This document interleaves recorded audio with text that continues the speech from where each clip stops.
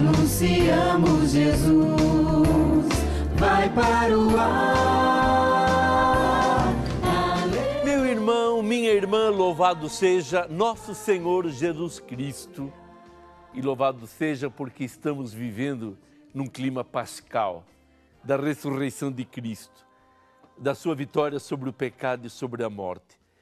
E a Sacrosanto Concílio, aquela constituição do Concílio Vaticano II sobre a liturgia, ela insistiu muito nisso, de a nossa vida ser marcada pelo tempo litúrgico, ter uma espiritualidade litúrgica, de viver a espiritualidade da igreja, que é bonita e que faz nos percorrer a história da salvação com Jesus Cristo.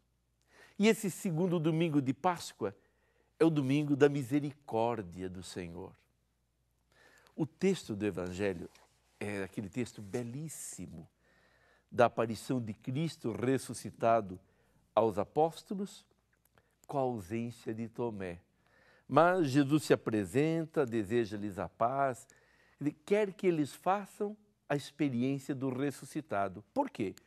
Porque depois eles teriam que anunciá-lo vivo. E, aliás, quando se tratou, inclusive, da escolha daquele que substituiria Judas, um dos critérios foi esse, que tenha sido testemunha da ressurreição de Cristo. Então, Jesus aparece, Tomé ausente, está fora. Eles voltam e contam que viram o ressuscitado. Qual seria, assim, aquilo que a gente podia esperar de Tomé? Que ele acreditasse mesmo. Jesus havia anunciado que ressuscitaria. Agora eles dizem que o viram ressuscitado. Ótimo, é isso mesmo. Mas foi essa a reação? Não. Ele não acreditou. E até colocou condições para acreditar. Só se eu descobrir as chagas, só se eu colocar a mão nas suas chagas, a mão no lado, aí sim acreditarei. Domingo seguinte, Cristo aparece a eles novamente e lá está Tomé. Jesus o repreende assim, suave, mas fortemente. Manda ele colocar a mão nas suas chagas, no seu lado direito. E lhe diz, não sejas incrédulo, mas fiel. Bem-aventurados que não viram e acreditaram. Aí temos aquela explosão de Tomé. Meu Senhor e meu Deus. Uma daquelas frases que realmente marcam profundamente a experiência com o ressuscitado. Uma proclamação de fé extraordinária. Em poucas palavras, reconhece Jesus, o Senhor, o Deus. É uma profissão em tudo aquilo que ele acabara assim, de não acreditar, ele se refaz, se recompõe e nos deixa uma lição assim de fé como poucas em toda a palavra de Deus. Meu Senhor e meu Deus. Então, de um lado, nós podemos admirar essa atitude de Tomé, que cai em si e humildemente reconhece a sua falha, sua falta de crença e se volta para o Senhor e reconhece nele o Senhor. Mas eu penso que nós podemos também considerar outra coisa, a misericórdia do Senhor. Paulo escreverá mais tarde, Deus é rico em misericórdia. E essa misericórdia o Pai manifestou no seu Filho Jesus. Jesus é a expressão mais forte, viva e profunda da misericórdia do Pai. Aliás, tudo que ele falou é expressão dessa misericórdia. E que depois também vai ter o seu ponto alto no Evangelho, em que ele fala do filho pródigo, Pai, coração aberto a acolher quem livremente se afastou dele. Deus rico em misericórdia.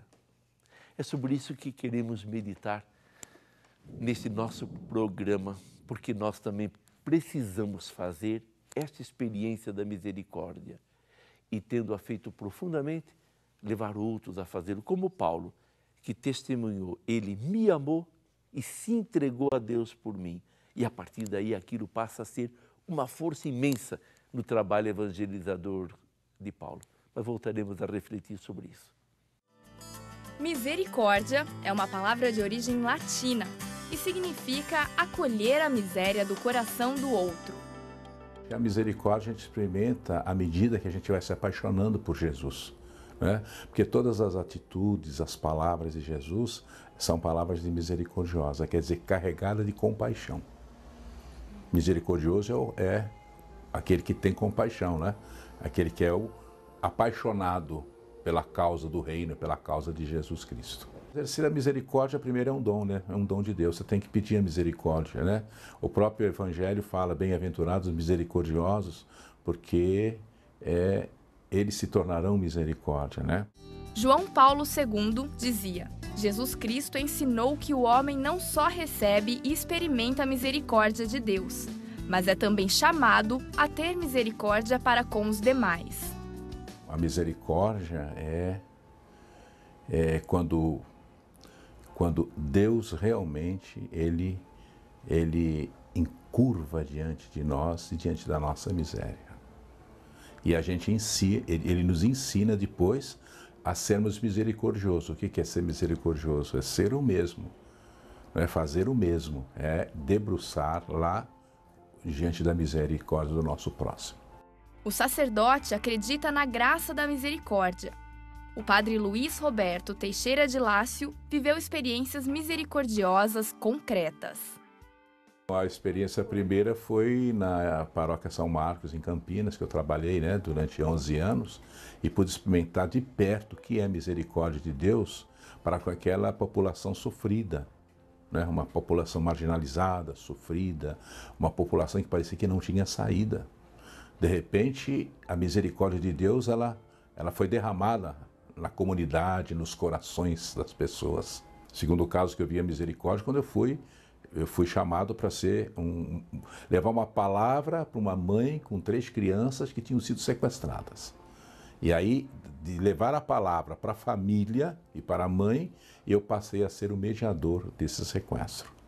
Então, eu com a cruz da misericórdia, invocando Jesus misericórdia, tivemos um êxito, junto com todo o aparato de polícias, tudo, mas que é onde que eu percebi que o bandido, né, o sequestrador, ele se rendeu diante da misericórdia. Para o padre, a meditação e a contemplação do nome de Jesus e da sua infinita misericórdia são caminhos saudáveis para o nosso tempo de hoje. Por isso, ele carrega a cruz de Jesus Misericórdia. Eu recebi assim como uma inspiração. Eu peguei um papel e disse, escreve na cruz, Jesus Misericórdia. E fiquei mais de 1 ano com isso escrito. E um dia resolvi fazer uma cruz, quando eu fui praticamente designado para ser coordenador da pastoral carcerária da arquidiocese, então eu fui para um lugar onde tinha mais de 11 mil presos. Então eu ia com uma cruz dessa que eu tinha feito para mim, de madeira. Porque a palavra Jesus Misericórdia, ela é uma palavra sagrada. A palavra Jesus Misericórdia que a gente tem que ver. E Jesus tinha dito para nós, né? Já lá no Antigo Testamento e também no Novo Testamento, a gente sabe que a hora que elevar o nome de nosso Senhor Jesus Cristo na cruz, todos os demônios, eles praticamente sumirão.